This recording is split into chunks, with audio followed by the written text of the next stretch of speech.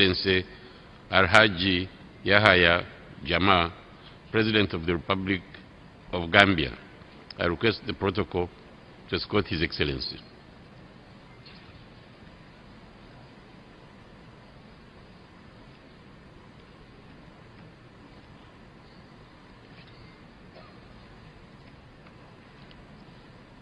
On behalf of the General Assembly, I have the honor to welcome to the United Nations His Excellency Alhaji Yahaya Jammeh, President of the Republic of Gambia, and to invite him to address the Assembly. Mr. President.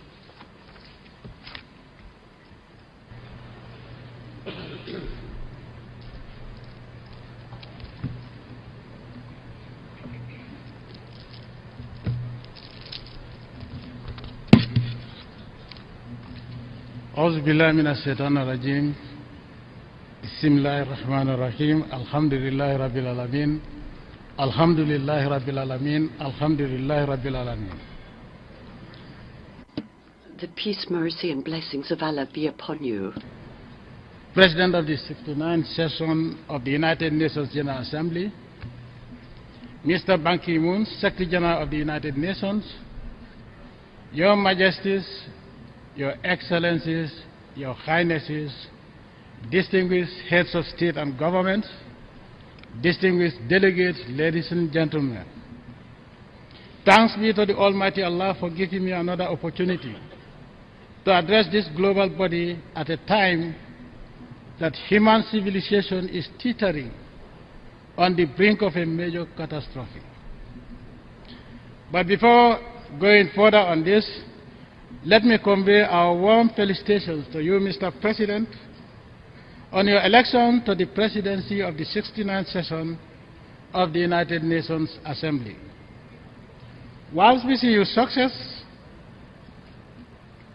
I would like to assure you of the support and cooperation of Gambia during your tenure of office as President of the Assembly.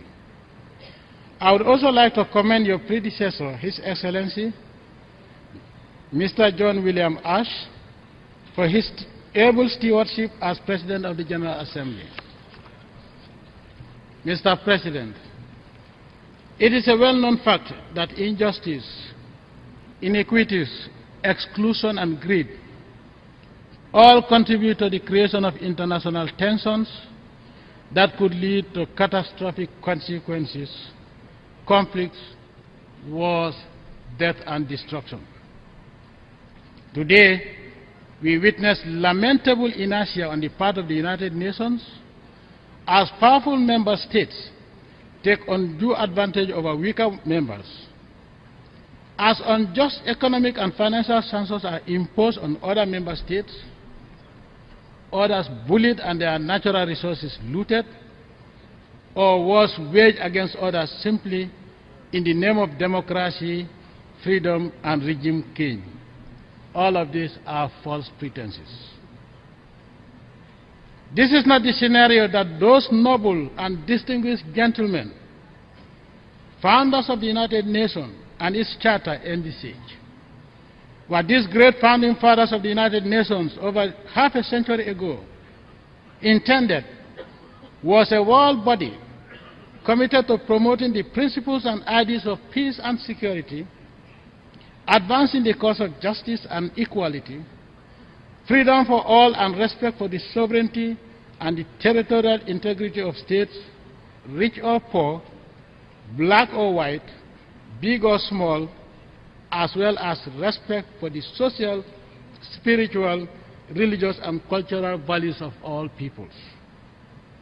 Therefore, to uphold the founding principles of the UN Charter, member states must avoid the promotion of all forms of aggressions, confrontations, and creating dangerous tensions by exercising maximum restraint in the pursuit of their individual or collective national interests at the expense of others.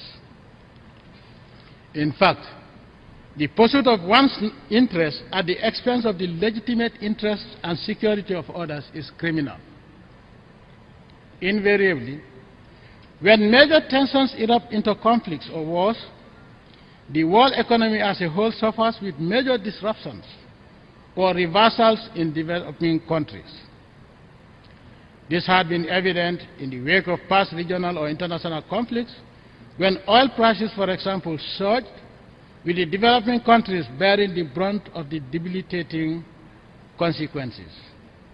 In short, the UN must not be seen as a prejudicial, but rather an all-embracing global body that stands for the interests not only of the powerful few, but for all its member states. Mr. President, the Gambia acknowledges with satisfaction Rio Plus 20 outcome document, the future we want, and the resulting establishment of Open Working Group, OWG, on Sustainable Development Goals and associated consultative fora, including the Africa Regional Consultations and the Sustainable Development Goals. While the Gambia appreciates the proposal of the Open Working Group on the post-2015 development framework, it is hoped, however, that the goals and targets so far outlined will reflect an integrated and transformative agenda which should ultimately build upon the gains made from the implementation of the MDGs in order to fully address the many difficult challenges we face today. It is in this connection that we welcome the choice of the theme for this session, namely, quote, delivering on and implementing a transformative post-2015 development agenda, unquote. This theme is indeed pertinent and timely, as it gives fresh impetus to our ardent desire to identify a set of global priorities to steer the international development agenda once the MDGs expire at the end of 2015. But in launching this new initiative for transformative change, we must not allow novelty to mask any shortcomings of the MDG experiment. There is need to take stock of the MDGs' achievements and failures, and indeed renew support to those developing countries, particularly the least developed, landlocked and island developing countries that may still have difficulties in meeting their critical MDG targets before the end of 2015. Mr. President, at a time when the world is facing multiple and complex challenges, there is need to pay attention to the commanding role the UN should be playing in advancing international peace and security, justice and the fundamental rights and freedoms of all peoples. The attainment of post-2015 Sustainable Development Goals would be elusive unless the United Nations begin to execute its core mandate in earnest and exercise its commanding role in dealing with a host of local and international crises that are disruptive to development. A few current issues stand out on which the UN is yet to be seen playing a leading role. First, Ebola, a deadly hemorrhagic fever that has claimed more than 2,000 lives in West Africa, mostly in the severely affected countries of the Republics of Guinea, Sierra Leone, and Liberia. The World Health Organization has warned that if no major efforts are made immediately, more lives would be lost and the economies of these countries would come under serious strain.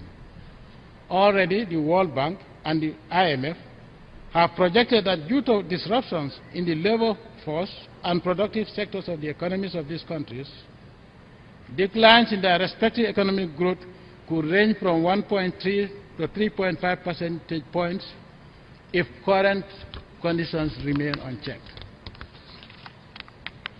For these affected countries, all development efforts are now on hold as they grapple with this contagious and deadly disease. So far, it is encouraging that the United States government has committed, rather belatedly, some amount of funds and military assets to curb the spread of this disease. This gesture is more than just humanitarian aid. It is also, as President Obama said, and quote, in the national security interest of the United States, unquote. This is true because in a globalized, interconnected world, infectious diseases can easily spread to any part of the world. It is for this reason that the UN should take the lead to mobilize international support to fight Ebola, which is an evident danger not only to West Africa, but to the world at large. On this note, we want to thank the Russian Federation for being one of the first major powers to respond to this outbreak of deadly Ebola by providing scientific or medical teams to some of these countries as soon as the outbreak was announced. Mr. President, secondly, for some time now, the world has been witnessing the bloodiest and most heinous forms of terrorism unleashed by these satanic and sadistic human vermin disguised as Islamic militants, ostensibly in the name of Islamic purity. But in reality, these sons of infamy and their shameless and deceitful claims of devotion to the peaceful and noble religion of Islam are in fact an insult to not only all true Muslims, but to our Prophet ﷺ and humanity in general. Mr. President, before the emergence of Mujahideen in Iran and later in Afghanistan in the 1980s, a movement subsequently associated to Islamic terrorism by Western mainstream media in total disregard for its creation and sponsorship by Western powers to fight proxy wars against the Islamic Revolution in Iran and the Soviets in Afghanistan on their behalf. There existed no Islamic terrorism before them. Islam, in its entire history, has never been associated with violence or terrorism, as these activities are haram for a Muslim. Islam is a religion of peace and tolerance and has nothing to do with the activities of these anti-Islamic bands of dangerous criminals who spread nothing but deep-seated hatred for human life and whose sole intention is to desecrate and defame Islam. Consequently, these serial and treacherous hate groups cannot be associated to Islam, as our Islamic religion is pure and unique, and cannot therefore be classified into any varying degrees like moderate Islam, democratic Islam, extreme Islam, or violent Islam.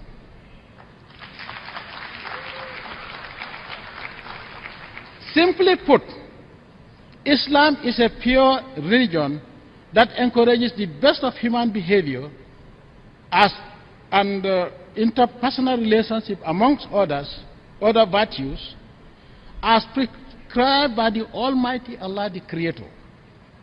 In other words, the adherents of this lunatic fringe of bandits and gangsters like Boko Haram, ISIS, Al-Qaeda, etc., are dangerous criminals and enemies of human civilization and development, and should therefore be wiped out from the face of this earth, because we don't need them.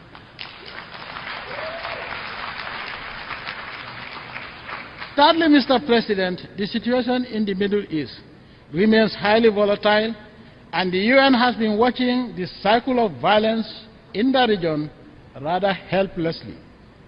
In the most recent conflict between the Palestinians and Israelis, about more than 2,000 people from Gaza, mostly women and children, died at the hands of the Israeli army, and about 70 Israelis, all of them soldiers except for 3 children, lost their lives. Despite repeated calls for restraint by the international community, the continuing expansion of Israeli settlements on Palestinian land is unacceptable, and as it undermines any prospect for a two-state solution. The U.S. government has been playing very strategic and useful mediating role in the past, but the UN now must take up its commanding role in seeking a peaceful settlement that is just and durable and acceptable to all the members of the United Nations. Fourthly, as part of its core mandate in promoting global peace and security, and greater understanding among peoples of different backgrounds and cultures, the UN must do more to advocate a culture of peace and tolerance and understanding not only among the world's great religions, but also among member states themselves. This is important as we continue to witness growing propagation of disinformation and misrepresentation, especially by the Western media, about Islam in general and the application of the Sharia law, particularly in the Kingdom of Saudi Arabia. Saudi Arabia is the birthplace of Islam, and Sharia is the legal system in Islam, and it is the only divine constitution of not only the Kingdom of Saudi Arabia, but all Islamic states. Therefore, the incessant criticisms and misrepresentations about the application of Sharia law in Saudi Arabia or anywhere else is disrespectful and therefore abhorrent. It is an insult to all true Muslims to describe Sharia law as barbaric. As a matter of fact, the most barbaric laws are those that are not based on any divine teachings. Sharia is the legal system that the Almighty Allah has prescribed for all Muslims, and we will apply to the letter. Mr. President, in the same vein, the UN General Assembly should be commended for the passage 2 years ago of the World Interfaith Harmony Week, urging member states to designate the first week of February each year as the Interfaith Week, when the messages of goodwill and tolerance are spread through mosques, churches, and other places of worship. While this was a good beginning for promoting peace and harmony among religions and peoples of different belief systems, the UN must do more to match the continuing attacks on Islam in particular by people who do not even believe in the existence of a supreme creator called the Almighty Allah. These infidels have no moral high ground to describe any religion because they don't believe in God, and religion belongs to God. More so, to say anything about a religion as pure, authentic, and noble as Islam. Mr. President, finally, the United Nations must play its role, its central role, in addressing the injustices associated with the unilateral, bilateral application of economic and financial sanctions by one member state against another as a coercive tool of foreign policy, because it contravenes the fundamental principles of international law, humanitarian law, and the principles and norms governing peaceful coexistence among sovereign states. In this regard, the Gambia calls on the United States of America's government to unconditionally end the long-standing U.S. embargo on Cuba that has brought about untold hardship on the Cuban people. Isn't it ironic that the same power talking today about respecting Ukrainian sovereignty and freedom to choose their own way of life is the same power that has maintained unjustifiable collective punishment on Cuba and Cuban people for almost 5 decades, thereby devastating their economy, because, like the Ukrainians today, the Cubans decades ago opted for a system of governance of their choice. Mr. President, that brings me to climate change. Climate change and development are inextricably linked. The impact of climate change is felt in all countries, particularly developing countries, as it undermines their ability to achieve sustainable development.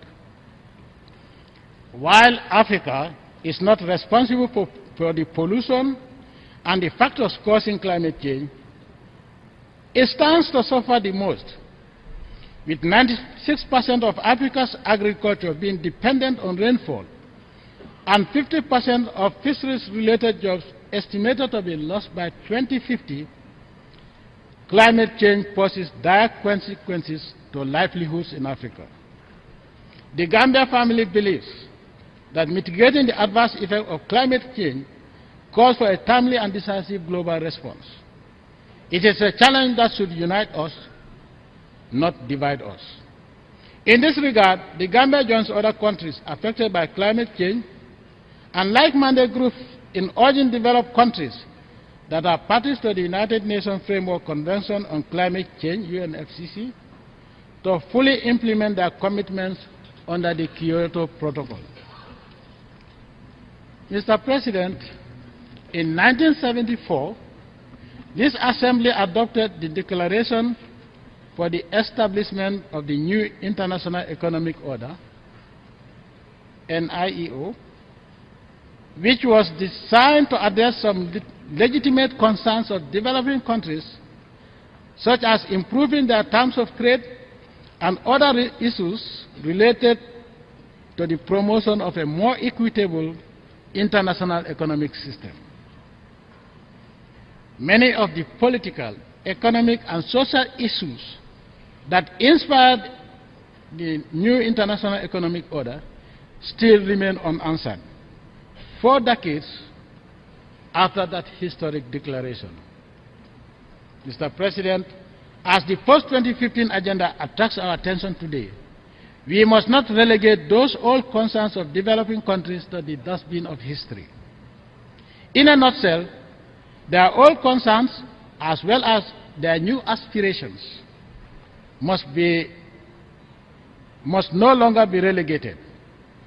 To that end, the foundation of any transformative agenda should logically begin with genuine reform of the institutions of global governance, particularly the United Nations systems. Given the current membership of the United Nations Security Council, the reform of this important organ of the world body is long overdue. We African leaders have for a very long time been calling attention to restoring the effectiveness and the legitimacy of the UN by allocating 2 permanent seats with full veto powers, as well as 2 non-permanent seats on the Security Council to reflect current geopolitical realities.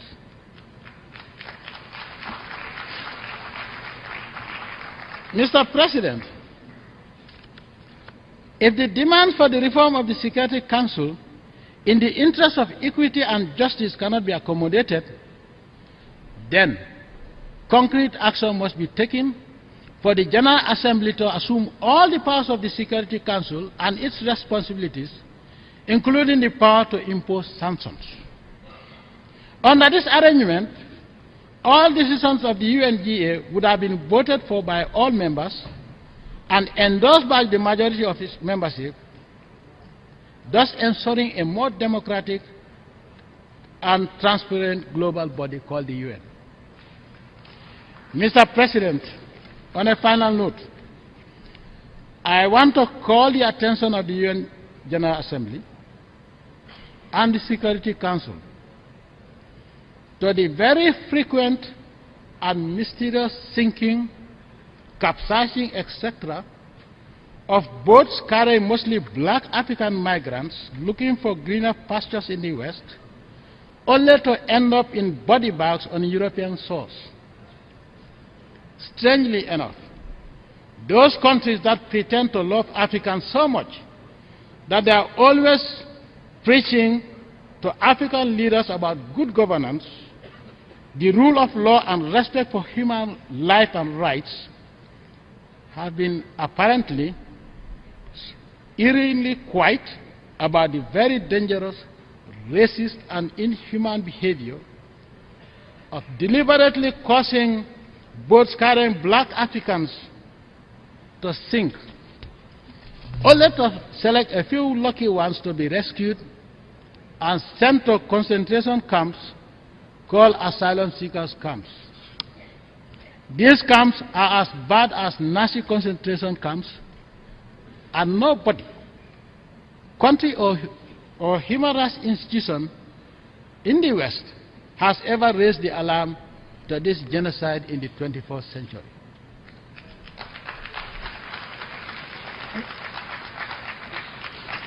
Mr. President, if earlier Africans that received the European explorers before colonialism treated them the same way, Africa would not have been colonized for 400 years.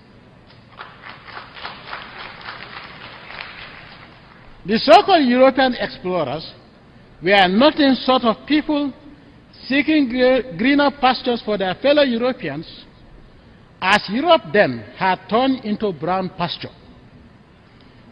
After 400 years of colonial looting and misrule in Africa, Africa is reduced from green now to brown pasture due to overgrazing. Now African explorers are not only unwelcome, but are greeted with instant death on European soil. This is unacceptable. Therefore, Mr. President, the UN must conduct a full and impartial investigation into this man-made catastrophe, that is the sinking, capsizing of these boats carrying young Africans to Europe. If these boats are able to cross the Atlantic Ocean and the Mediterranean Sea only to sink on European coasts, we must find out what deadly mysterious force exists on the European Mediterranean coast that caused boats carrying young Africans to disintegrate and sink upon arrival. Mr. President, racism, greed and hate can only breed hatred, violence and disastrous confrontation between races. We African leaders would stand up together, I hope, to protect these young Africans from mass murder on European coasts. I hereby call on the UN to commission such an investigation as a matter of priority and urgency in order to avoid a major racial confrontation. We have a right as Africans to defend our black people wherever they are. As we welcome all races to Africa, we will not accept that Africans are treated like dogs and they get away with it. That is unacceptable. If the UN fails to take action, we will take action. And the action we take will be determined by us. In the Gambia, we don't attack a person because you are white or black or because of your religion. No foreigner in the Gambia will say, I was attacked because I'm a foreigner. Any foreigner that comes into contact with the police is because he has committed an offense for which even a Gambian would be arrested. If we cannot tolerate each other, the world will never see peace. Because nobody can stop migration. The Almighty Allah created this world for us to move around. The same way you moved around when Europe was bankrupt. You came to Africa for 400 years. We never killed you.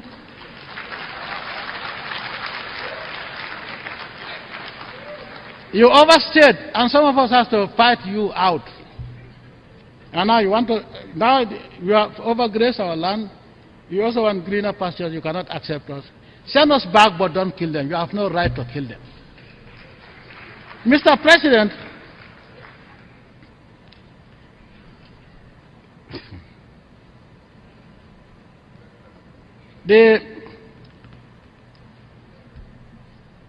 for the Gambia, out of hundreds of European explorers that came to the Gambia in those days, only one European died on the river Gambia over a span of 400 years. Today, over a span of 5 years period, more than 500 Gambians have lost their lives on European coasts. This is unacceptable. Enough is enough, and the UN must intervene, and intervene quickly, or else we will all live to regret our failure to take appropriate action at the right time. Mr. President, geopolitical realities have changed. Let the West accept these realities, and together with us, endeavor to change along with these realities as we move together towards the brighter and peaceful future we want. So-called military superpowers should know that humanity would be returned to pre-Stone Age if they are reckless enough to unleash World War III. Mr. President, you cannot have your cake and eat it anyhow you please, and at the same time dictate to others how, when, and where they should eat their cake. In the 21st century, humanity needs only superpowers of peace and development, and not the medieval Europe type of warmongers. We can't accept. Why can't we accept the diversity of the human race and its attendant diversity in culture, religion, and way of life as each diverse group deems fit? I thank you for your attention.